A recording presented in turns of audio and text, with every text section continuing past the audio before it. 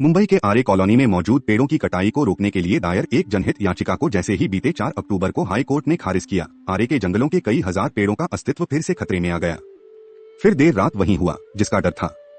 सरकार ने पेड़ काटने के आदेश दे दिए। जवाब में आरे को बचाने के लिए लोग प्रशासन के खिलाफ लामबंद हो गए। जगह जगह विरोध प्रदर्शन देखने को मिले। सरकार के खिलाफ लिखे नारों वाली तख्तियों को हाथ में लेकर युवा सड़कों पर नजर आए। दुर्भाग्य से सबके बीच पेड़ों का कटना बंद नहीं हुआ। लोग उग्र हुए तो उन्हें हिरासत में लेते हुए पुलिस ने आरे के आसपास के कई इलाकों में धारा 144 लागू कर दी गई। जिस आरे जंगल को बचाने के लिए आज मुंबई के लोग सड़कों पर हैं, वो शुरुआत में सिर्फ एक मिल्क कॉलोनी हुआ करती थी।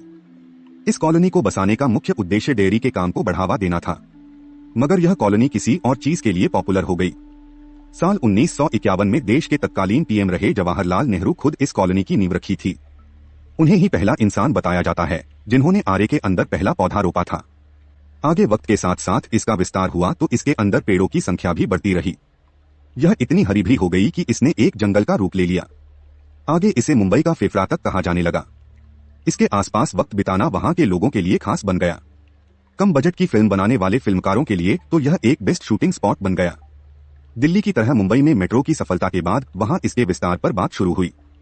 साल 2015 में मेट्रो ट्रेन के कोच की पार्किंग की जगह की जरूरत लगी तो राज्य सरकार और मेट्रो प्रशासन ने आरे को चिन्हित किया। उनके हिसाब से यह सबसे बेस्ट जगह थी। इसी के तहत मुंबई मेट्रो रेल कारपोरेशन ने फ्लोर स्पेस इंडेक्स बनाने की मांग शुरू कर दी। इस परियोजना के लिए 23,136 करोड़ रुपए का बजट तैयार किया गया।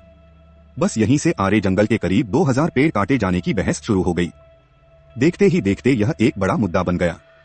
आम लोगों से लेकर नेताओं की जुबान पर आरे जंगल का नाम हमेशा मुखर रहा। पेड़ न काटे जाएं। इसके लिए एनजीटी से लेकर कोर्ट तक समय समय पर याचिकाएं दायर की जाती रहीं। गौरतलब हो कि आरे की जमीन का कुछ पार्ट राज्य सरकार और केंद्र सरकार के अधीन आता है। इसी को आधार बनाते हुए यहाँ के पेड़ों को काटकर मेट्रो का विस्तार करने की बात होती रही। 2017 में एनजीटी ने मुंबई मेट्रो रेल कारपोरेशन को यह छूट दी कि वह राज्य सरकार की 7.5 एकड़ जमीन पर काम कर सकता है।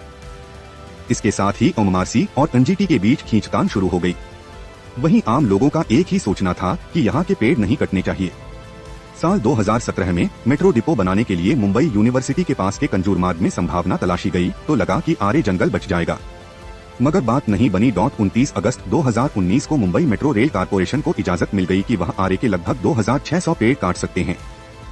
इस पर 2 सितंबर को पर्यावरण एक्टिविस्ट जोरू भथेना ने बॉम्बे हाई कोर्ट में एक याचिका दायर कर दी, जिसके परिणाम स्वरूप उस समय पेड़ों की कटाई टल गई। इस बीच सेव आरे के तहत लोग अपनी आवाज उठाते रहे।